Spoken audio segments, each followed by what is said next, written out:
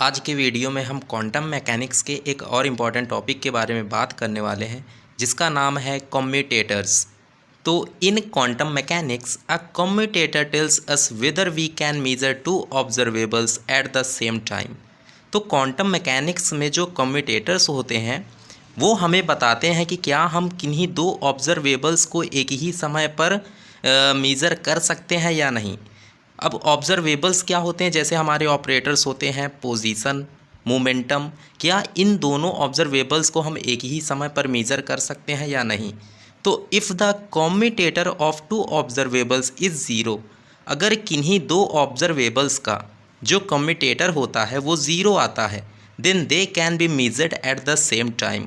तो हम उन्हें क्या कर सकते हैं, एक ही समय पर मेज़र कर सकते हैं। Otherwise there exist an uncertainty relation between them, अगर किन्हीं दो ऑब्जर्वेबल्स का जो कम्यूटेटर है वो अगर ज़ीरो नहीं आता है तो उनके बीच में एक अनसर्टेनिटी रिलेशन आएगा। अगर वो दोनों का कम्यूटेटर ज़ीरो आता है तो हम उन्हें एक साथ मेज़र कर सकते हैं। तो ये था हमारा कम्यूटेटर्स की डेफिनेशन। In quantum mechanics operator are denoted by A cap B cap. अब क्वांटम मैकेनिक्स में जो ऑपरेटर होते हैं उन्हें हम कुछ इस तरह से डिनोट करते हैं। मान लेते हैं ये एक हमारा ऑपरेटर ए है तो इसको हम डिनोट करेंगे ए के ऊपर कैप लगाकर, और ये हमारा ऑपरेटर कोई बी है तो इसे हम बी के ऊपर कैप लगाकर डिनोट करेंगे। If A comma B bracket में इसको इस तरह से लिखेंगे, ये ज़ीरो होता है तो then the operator A and B are commute with each other. अगर हमारे दो ऑपरेटर का जो कम्यूटेटर है वो ज़ीरो के इक्वल आता है तो ये जो ऑपरेटर ए और बी हैं ये एक दूसरे को कम्यूट करेंगे। तो अगर इन दो ऑपरेटर्स ए एंड बी का कम्यूटेशन अगर ज़ीरो आता है तो हम ऑपरेटर ए और ऑपरेटर बी की वैल्यूज़ को एक साथ फाइंड कर सकते हैं। और अगर इस तरह से ये ए कॉमा बी ज़ीरो के बराबर आता है कम्यूटेशन ए और बी का, तो इसको हम कह सकते हैं कि A B is equal to B A होगा। अगर ए बी का कम्यूटेशन ज़ीरो के इक्वल नहीं आता है तो हम कह सकते हैं यहाँ से कि ऑपरेटर ए एंड बी एक दूसरे के साथ कम्यूट नहीं कर रहे हैं। अब हम बात करने वाले हैं कंडीशन सेटिस्फाई बाई कम्यूटेटर्स, या इसको आप ये भी कह सकते हैं कि प्रॉपर्टीज़ ऑफ कम्यूटेटर्स। तो देखते हैं कम्यूटेटर्स की क्या क्या प्रॉपर्टीज़ होती हैं। तो जो हमारी फर्स्ट प्रॉपर्टी है कम्यूटेटर्स की वो है कम्यूटेटर्स ओबे एंटी सिमेट्रिक प्रॉपर्टी। जो हमारे कम्यूटेटर्स होते हैं वो एंटी सिमेट्रिक प्रॉपर्टी को ओबे करते हैं। अब एंटी सिमेट्रिक प्रॉपर्टी क्या होती है, मान लेते हैं कि ये हमारे दो कम्यूटेटर्स ए और बी हैं, तो ये हमारा क्या हो जाएगा, ये हो जाएगा हमारा माइनस का बी कॉमा ए कॉमा बी, हमारा बी कॉमा ए का यहाँ माइनस का सिंबल लग जाएगा। ये हमारा एंटी सिमेट्रिक प्रॉपर्टी होती है। जो सेकेंड प्रॉपर्टी है हमारी वो है कम्यूटेटर्स ओबे लीनियरिटी प्रॉपर्टी। जो कम्यूटेटर्स होते हैं वो लीनियरिटी प्रॉपर्टी को ओबे करते हैं। अब लीनियरिटी प्रॉपर्टी क्या होती है, तो मान लेते हैं जैसे हमारे इस तरह से कुछ ऑपरेटर्स गिवन है, तो ए कॉमा बी प्लस सी, तो ये हो क्या जाएगा, ये हो जाएगा A be in one bracket और ए सी इन अनदर ब्रैकेट, और बीच में ये प्लस का साइन इस तरह से लग जाएगा। तो ये हमारी होती है लीनियरिटी प्रॉपर्टी। वहीं सेकंड, अगर ये आपका इस तरह से भी लिखा हो कि ए प्लस बी कॉमा सी, तो ये हो जाएगा ए सी प्लस बी सी, ये अलग अलग ब्रैकेट में आप इसको लिख सकते हो। तो ये हमारा होती है linearity property for the commutators. जो हमारी थर्ड प्रॉपर्टी है वो है कम्यूटेटर्स ओबे डिस्ट्रीब्यूटिव प्रॉपर्टी।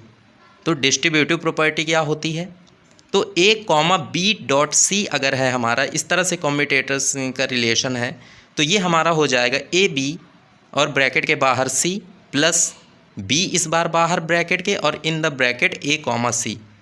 इसको इस तरह से भी आप लिख सकते हो, ए बी कॉमा सी है तो इसको आप लिखोगे ए सी और ब्रैकेट के बाहर बचा हुआ बी प्लस ए ब्रैकेट के बाहर और ब्रैकेट के अंदर बी कॉमा सी, इस तरह से आप यहाँ लिखोगे। तो ये डिस्ट्रीब्यूटिव प्रॉपर्टी होती है।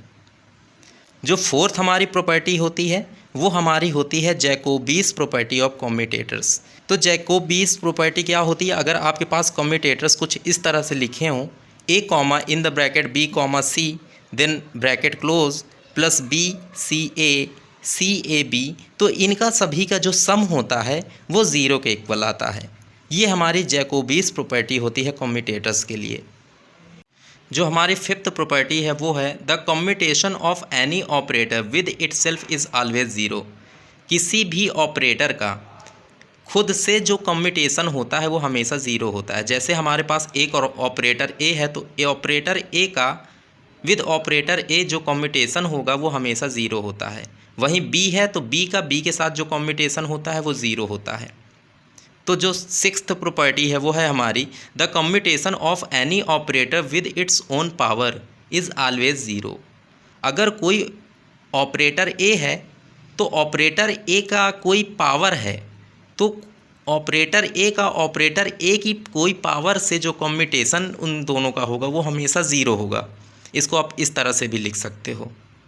जो हमारी सेवेंथ प्रॉपर्टी है वो है हमारी लैम्डा ए ऑपरेटर कॉमा बी, इनका जो कम्यूटेशन होगा उसमें ये जो कांस्टेंट टर्म होता है ये बाहर निकल आता है और अंदर ए बी का कम्यूटेशन हम लिख देते हैं।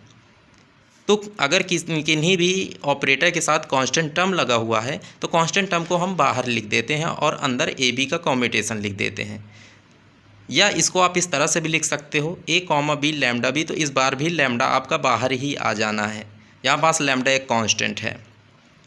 तो ये थे हमारे कम्यूटेशंस की प्रॉपर्टीज़। कम्यूटेशंस की प्रॉपर्टीज़ को हमने डेराइव नहीं किया है, इनमें हमने सभी का डायरेक्ट फार्मूला लिखा है। तो आज के लिए इतना ही। वीडियो को लाइक और शेयर ज़रूर कर दें, साथ ही में चैनल को सब्सक्राइब ज़रूर कर दें। मिलते हैं अगले वीडियो में जो कि हमारा होगा कम्यूटेशंस के कुछ रिलेशंस और हैं जैसे पोजीशन एंड मोमेंटम के,